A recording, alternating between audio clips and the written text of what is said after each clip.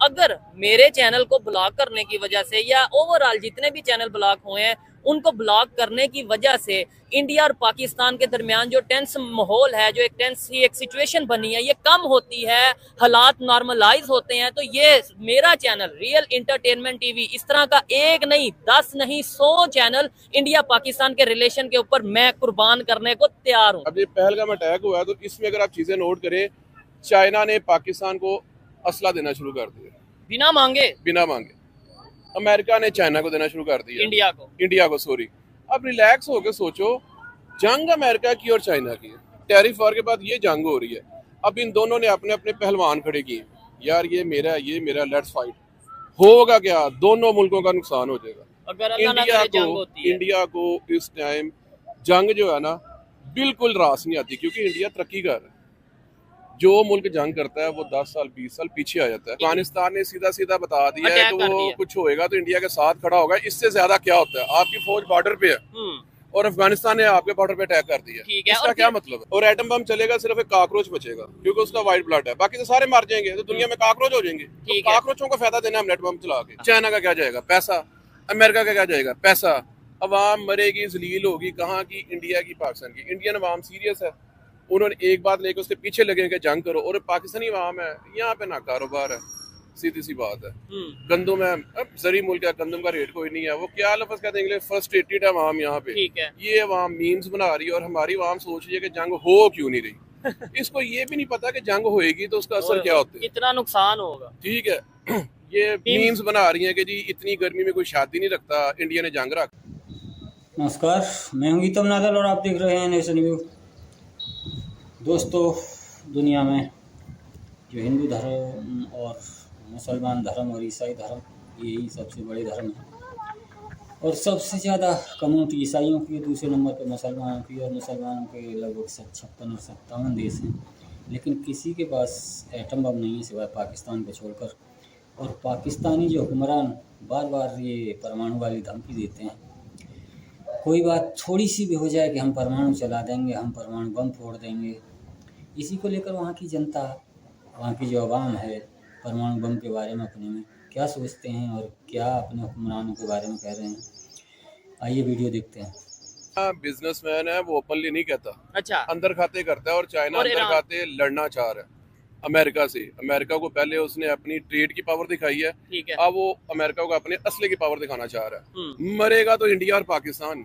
अच्छा, चाइना का क्या जाएगा? पैसा। अमेरिका का क्या जाएगा? पैसा। अवाम मरेगी, जलील होगी, कहाँ की? इंडिया की, पाकिस्तान की। इंडियन अवाम सीरियस है, उन्होंने एक बात लेकर उसके पीछे लगे कि जंग करो, और पाकिस्तानी अवाम है यहाँ पे ना कारोबार है, सीधी सी बात है। गंदम है, अब जरी मुल्क है, गंदम का रेट कोई नहीं है, वो क्या लफ्ज कहते हैं, फ्रस्ट्रेटेड है अवाम यहाँ पे। ये अवाम मीम्स बना रही है और हमारी अवाम सोच रही है कि जंग हो क्यों नहीं रही। इसको ये भी नहीं पता कि जंग होएगी तो उसका असर क्या होता है, कितना नुकसान होगा, ठीक है। ये मीम्स बना रही है कि जी इतनी गर्मी में कोई शादी नहीं रखता, इंडिया ने जंग रख ली। और यार तुम्हारा दिमाग ठीक है? अगर तुम्हारा हमसाया, लेट्स सपोज वो तुम्हारा हमसाया है, उसके साथ तुम्हारी क्लैश है, तुम्हारा दुश्मन है, लेकिन उससे बैठ के बात तो करो। अच्छा, बजाय इसके कि तुम उसको इश्तियाल दिला रहे हो। लड़ाई मसले का हल नहीं होती। उसमें ये है कि एक बड़ा हमारे जो पॉलिटिशियन है वो भी बड़ा अग्रेसिव रिस्पांस कर रहे हैं। वो ये अभी हनीफ अब्बासी ने स्टेटमेंट दी है, आपने शायद सुनी हो। अब आपने हनीफ अब्बासी का जिक्र कर दिया, आप उसको पॉलिटिशियन कहते हैं। पॉलिटिशियन तो है, लेकिन अब जैसे ये बयान देते हैं, ये कोई समझदारों ने बयान, हमने इतने मिसाइल इंडिया के लिए तैयार करके रखे हैं, ये हमने कोई मॉडल के तौर पे नहीं रखे, हमने ये इंडिया पे अटैक करना है। हनीफ अब्बासी साहब चाहते हैं कि जंग होनी चाहिए, और बिलावल भुट्टो साहब ने कह दिया कि अगर ये सिंध नदी में जो है ना इंडियंस का खून बहेगा। क्या साबित करना चाहते हैं? और एक बात, और दूसरा, जंग लड़ी जाती है पैसे से। आपके पास कौन सा खुफिया पैसा है? अब तो हर चीज नेट पे आ जाती है। आप अपना जीडीपी देख लो, इंडिया का जीडीपी देख लो, आपके पास इतना पेट्रोल है, इतना पैसा है लड़ने के लिए। लेट्स सपोज एयरक्राफ्ट की जंग नहीं होती, इंडिया के सारे बॉर्डर पे आपकी टैंक्स की, तोपों की जंग हो जाती है और गोलियों की जंग हो जाती है। आप कितनी देर जंग लड़ लोगे? टैंक्स आपके पेट्रोल से चलते हैं, कितनी देर आपके पेट्रोल चलते हैं? हमारे मीडिया पे ये बात चल रही है कि एट द एंड फिर एटम बम तो है ना। यार एटम बम, ये क्या बात करते हैं? एटम बम चला के खुद बच जाएंगे। आपके पास कोई उसकी वैक्सीन है कि आपको कुछ नहीं कहेगा? ये तो कोई बात नहीं। अच्छा, मरन तो पहला मैं आप ही मार जाऊंगा, तीनों भी ले जाऊंगा। उस लड़ाई का क्या फायदा? तुमने ही जिंदा नहीं रहना। और अगर लेट्स सपोज आप एटम बम चलाते हो तो आप पूरी दुनिया का बेड़ा गर्क करते हो। ऐसे ही है। ये मैं इसको कोई चीज समझता नहीं। मैं समझता हूँ पूरी दुनिया में जितने भी एटम बम है सारे रोल बैक होने चाहिए। ये क्या एक फसाद अजीब सा आपने बना लिया हुआ है। ठीक है। यहाँ तो हो ना कि आपने एटम बम बनाया और उसकी कोई वैक्सीन भी बनाई कि आप पे वो असर नहीं करता, तब तो आप सुपीरियर हो। आपने एक ऐसा हथियार बनाया हुआ है जिससे आपने खुद भी मार जाना है। वो जब तुमने रहना ही नहीं। ठीक है। और मुझे नहीं लगता मैं एटम बम चला देता हूँ, ठीक है, सारी दुनिया मर जाती है, मैं बच जाता हूँ, दुनिया मेरी हो गई। ठीक है, समझ आता है। मैं एटम बम चलाता हूँ, पहले मैं मरता हूँ, बाद में दुनिया मरती है, तो वो एटम बम मेरे किस काम था? मुझे ये बताएं। ठीक है, बड़ी किस टेक्निकल काम का? बात की है। और एटम बम चलेगा सिर्फ एक काकरोच बचेगा क्योंकि उसका वाइट ब्लड है, बाकी तो सारे मर जाएंगे, तो दुनिया में काकरोच हो जाएंगे। तो ठीक है। काकरोचों को फायदा देना हम एटम बम चला के। पूरी चले एक दुनिया सेंस वाली नहीं भी, बात लेकिन है। ये कि पूरी दुनिया एक दफा डिस्टर्ब हो जाएगी। और ये बड़ा, और मुझे लगता नहीं कि ऐसा हो, इतना ये इस हद तक सर, मामला जो भी जाए। बंदा समझदार है, उसके पास पैसा है, टेक्नोलॉजी है और उसका बिजनेस ठीक है, उसके पास खाने पीने के लिए है, वो इस तरह की फजूल बकवासियात में नहीं जाता। वो कहता है बैठो और बैठ के मसले का हल करो। ठीक है। जिसके पास ना खाने को है ना पहनने को, कहता है यार ठीक है लड़ो, मर जाएंगे तो जान छूट आपको क्या जाएगी। लगता है, रिटेलिएट नहीं होगा इंडिया की तरफ से, या कोई इस तरह का एक्शन नहीं होगा क्योंकि उनकी आवाम में जितना गुस्सा है, या कोई ना कोई एक्शन करेंगे, कोई रिटेलिएट करेंगे कुछ टाइम तक? ये जैसे पहले नहीं था अटैक हुआ अभिनंदन वाला, जी जी, उस कैटेगरी का होगा। अगर कुछ एयर हुआ तो। स्ट्राइक होगी। एयर स्ट्राइक होगी उस तरह की। आप देखो वो कामयाब होते हैं नहीं, क्योंकि ये भी तैयार है। और सबसे बड़ी बात ये, इस दफा इनको फुल सपोर्ट है चाइना की तरफ से। ठीक है। चाइना इंडिया का भी दुश्मन है और चाइना को भी चाहिए ठीक है यार, तुम पावर बन रहे हो, तुम्हारा स्टेटस है, तुमने अमेरिका को ट्रेड वार में हरा दिया जो सारी दुनिया को पता है। ठीक है। लेकिन कम से कम जिस खित्ते में रह रहे हो उस खित्ते में तुम उधर अपने तो हाथ से तो आग ना लगाओ। ठीक है। चाइना अगर आगे आता है, मैं आपको एक बात बताऊं, इंडिया, चाइना, पाकिस्तान, इन तीन मुल्कों की आबादी दुनिया की हाफ आबादी से, ऐसे ही ठीक है। और इन तीन मुल्कों में जितने वसाइल हैं, जितनी आर्मी है और जितने के पास टेक्नोलॉजी है, पूरी दुनिया में नहीं है। अगर ये तीन इकट्ठे सिर्फ दोस्त बन जाते हैं ना, तो बाकी दुनिया की ऐसी की तैसी, इंडिया में, चाइना में और पाकिस्तान में, आज हम यहाँ बैठे हैं, यहाँ पे वेटर पाकिस्तानी है, ये तीनों इकट्ठे हो जाएं, यहाँ पे अरब है ना, इनके पास तेल निकला हुआ है, वो दूसरी दुनिया के लोग आके वेटरी करें।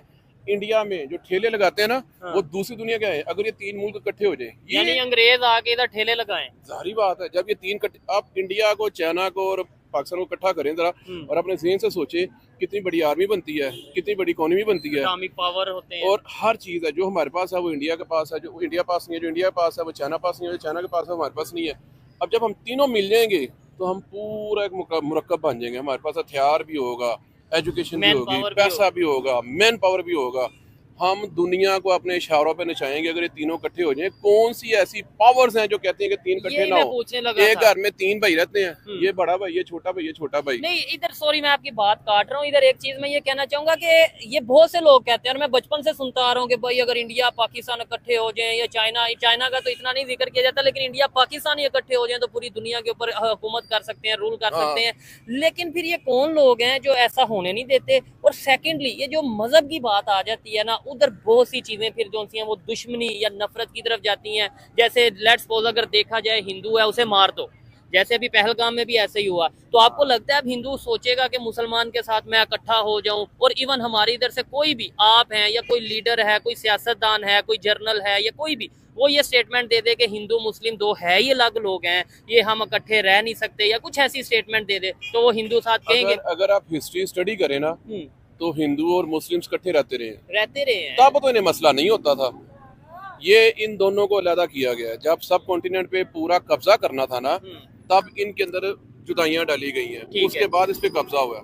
इससे पहले ब्रिटेन ने कब्जा किया है, ब्रिटेन से पहले फ्रांस और 2-3 मुल्क और हैं, उन्होंने कोशिश की है यहाँ कब्जा करने की, लेकिन इनमें इत्तेफाक इतना था कि वो नहीं कब्जा कर सके। फिर ब्रिटेन आया, उसने कंपनी लगानी थी, कंपनी के बाद फिर उसने इनको तोड़ा, तोड़ के इनको जुदा किया, फिर उसने इनके ऊपर कब्जा किया। ठीक है। आप सिंपल ये देख लो कि अगर हिस्ट्री में जाकर स्टडी करो, जब हम मिल के रहते थे तब तो इशू नहीं था। अब हमें इतनी नफरतें क्यों आ गई मजहब के नाम पे? क्योंकि हम नफरतें इस वजह से आ गई ना। आप अगर कोई कह दे कि आप हिंदू हो आपको मार देंगे, मुसलमान हो आपको छोड़ देंगे। एक्चुअल पता क्या है, चाहे कोई मुस्लिम है, चाहे कोई क्रिश्चियन है, चाहे कोई हिंदू है, इनको अपने अपने मजहब की पूरी स्टडी नहीं है। मजहब होता है पर्सनल, मजहब पर्सनल होता है। आप जब दूसरे से बात करते हो तो उसके ऊपर आप अपना मजहब नहीं थोप सकते। एक छोटी सी बात है, आप मुस्लिम हैं जी, मैं भी मुस्लिम हूँ, आगे फिरके आ जाते हैं। ठीक है। आपका फिरका हो रहा है, मेरा हो रहा है, ना मैंने कभी डिस्क्लोज किया मेरा कौन सा ठीक है, है। और ना ही मेरी बातों से कभी आपको लगा कि इसका फिरका ये है। ठीक है। मैं 2-3 नारे मार दूं, 2-3 बातें करता हूँ, पता चलेगा इसका फिरका ये है। यार वो मेरा पर्सनल है। ठीक है। वो मुझे बहुत से लोग मिलते हैं, वो कहते हैं यार मरने के बाद जो है ना, जिन जो किसी खुदा को नहीं मानते, वो अच्छा। कहते हैं मरने के बाद तो कुछ भी नहीं होगा। मैं कहता हूँ यार वो तुम्हारी सोच। अब मैं इस सोच के साथ जी रहा हूँ, मुझे जीने दो, ठीक है। तुम ऐसे जीते रहो। मैंने जिंदगी में कभी किसी को नहीं कहा कि यार तुम मेरे फिरके में आ जाओ, तुम मेरे मजहब में आ जाओ, किसी को नहीं कहता। ठीक है। यार सबका पर्सनल है, अपना पर्सनल रखो। ईवन दो के जब आप कोई काम शाम ये वो करते हो, ऐसी बातें ना करो कि दूसरों को पता चले इसका ये मजहब है। यार आप एक ह्यूमैनिटी को जो है ना मिलजुल के रहो, वो नहीं कर सकते। ठीक है। सब जाहिल हैं, जितना पढ़ा लिखा होगा, जितनी उसकी जो कोई भी बंदा किसी मजहब से रिलेटेड है, उसका अपने मजहब पे ग्रिप ज्यादा होगी ना, वो उतना भाईचारे को फरोग देगा। मैं मानता ही नहीं कि दुनिया में कोई ऐसा मजहब है जो भाईचारे को फरोग नहीं देता। ठीक है। बात सीधी सी है। अब ये अब जाके 50-60 साल हुए हैं, 70 कि साल हुए ये हैं, मजहब के नाम पे जंगे, मजहब के नाम पे इंतशार, हाँ। और हाँ। जब हमने गोरों के खिलाफ लड़ा करते थे, हम्म। तब तो हिंदूज और मुस्लिम मिलके लड़ा करते थे। ठीक है। अब मुझे नाम नहीं आते, बड़े लेकिन नाम है, मैं किसी- आपको बता देता मेरी हूँ। ना गाइस एक प्रॉब्लम है कि मैं डेट्स हाँ। और नाम भूल जाता हूँ। एक्चुअल जब मैं पढ़ाई करता हूँ ना, तो उसका थीम मैं समझ में ले रहा था, इसका थीम क्या है, ठीक है। थीम याद रख लेता हूँ। अब ये जो भगत सिंह है, हाँ, भगत सिंह है। उसके साथ ही साथ में मुसलमान थे, ठीक है। और बड़े नेताजी warriors हुए हैं। बोस जो के हिंदू थे, और उनके साथ यूसुफ पठान जो के पिंडी के थे, यूसुफ खान हाँ। थे, वो पिंडी के थे, पेशावर के इनके थे, साथ जो है ना, थे इनके जो मुसलमान दोस्त हैं, मुसलमान थे, मिल के लड़ा करते थे गोरों के अब खिलाफ। ये हाँ अपने मुल्क की आजादी लेने के लिए। अब एक बीमारी आ गई हुई है कि हम लोग जो है एक दूसरे को देखना पसंद नहीं करते। अच्छा, किसी दौर में हम लोग इकट्ठे खाना खा लेते थे, अब हम लोग आज कहते हैं तो- कि यार ये मेरे किचन में भी ना आए। यार ये तुम्हारा कैसा कॉन्सेप्ट है, ये तुम्हारा कैसा, ये नफरत है।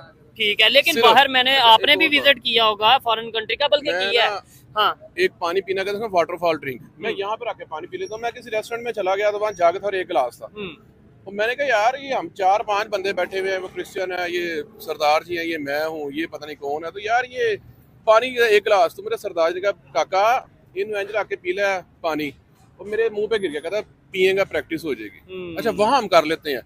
एक और बात, इवन मैंने तो दुबई में देखा है, हिंदू मुस्लिम एक ही कमरे में रह रहे हैं, सिख ब्रदर एक ही कमरे में रह रहे हैं, एक ही प्लेट के अंदर वो चावल होते हैं, वो और भी डिश होती है ज्यादा सारे चावल, वो बड़े इकट्ठे, तरीके से, हाँ हाँ। वो इकट्ठे एक ही, मतलब वो एक ही डिश में, एक ही प्लेट में, ट्रे में खा रहे हैं। अच्छा, एक उधर ना तो हाँ। राजस्थान के थे, हिंदू थे, देवीलाल उसका नाम था। अच्छा।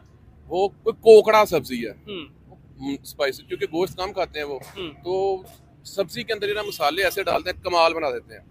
मैंने कहा यार ये मैंने खानी है, कहता मुझे, कहता तुम खाएगा? मैं कहा हाँ मैं खाऊंगा। तुम शुचि में खाएगा? मैं यार मैं खाऊंगा, इसमें कौन सी बात है, जाओ प्लेट लेके आओ। मैं क्या धोने वाली है? क्या तुम खाएगा? और मैं, वो कहता अपनी प्लेट लाओ। मैंने उसी प्लेट में डाल के खाई। वो मिर्चें शायद ज्यादा खाते थे, मैंने टेस्ट करना था, लेकिन मैंने खा ली और वो हैरान था कि इस बच्चे को क्या हो गया। कि ये मुसलमान। अब अगर मैंने हिंदू की प्लेट में मैंने खुद खा लिया, मेरा धर्म खत्म हो गया।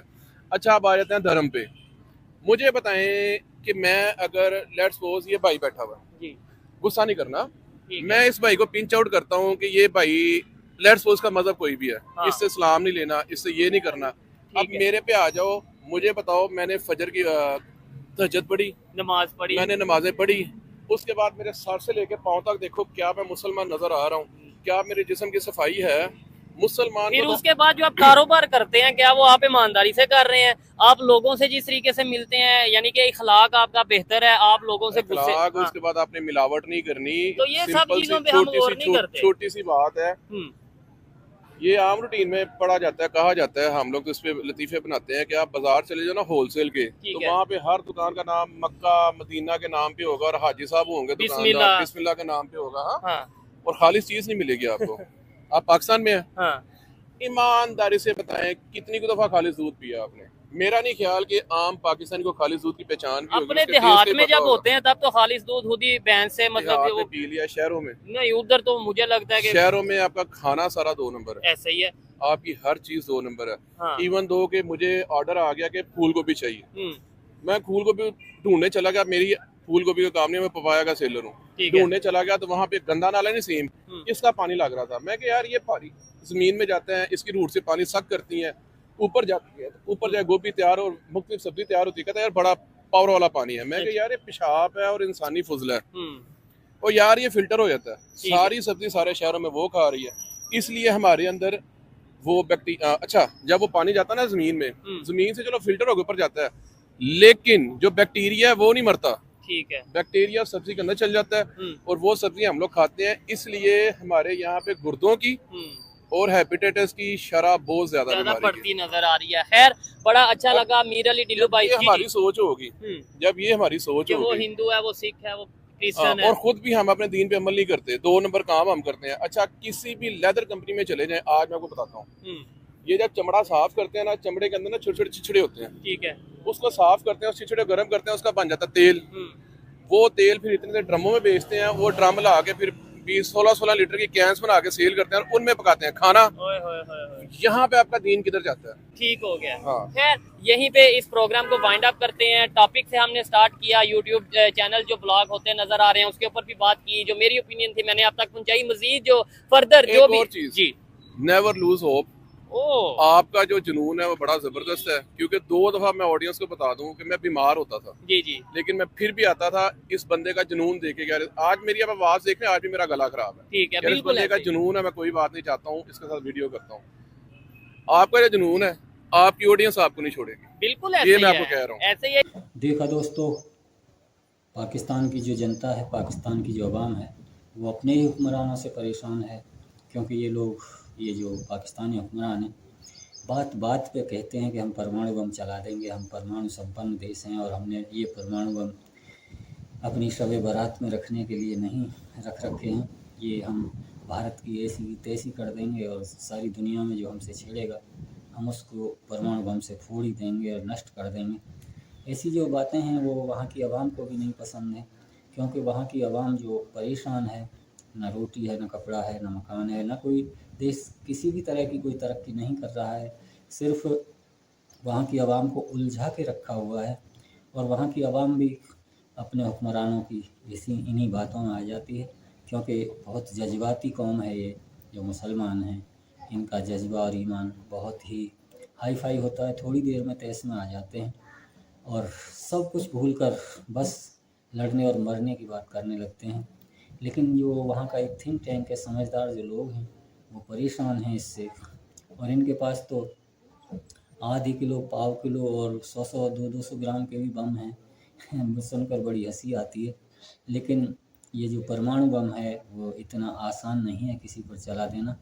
रूस और यूक्रेन का युद्ध कई सालों से चल रहा है, लेकिन परमाणु बम अभी तक नहीं चला है और मेरे ख्याल से चलने वाला भी नहीं है, क्योंकि जो परमाणु बम चलाता है वो भी सलामत नहीं रहेगा, वो भी जब दूसरों को कोई मारेगा तो उसे भी कोई नष्ट कर देगा। और यहाँ पर तो भारत भी न्यूक्लियर पावर है और पाकिस्तान भी न्यूक्लियर पावर है, लेकिन भारत ने कभी धमकी नहीं दी कि हम परमाणु बम चला देंगे, लेकिन जो पाकिस्तानी हुक्मरान हैं वो बात बात पे अपने उस परमाणु बम की धमकी देते हैं।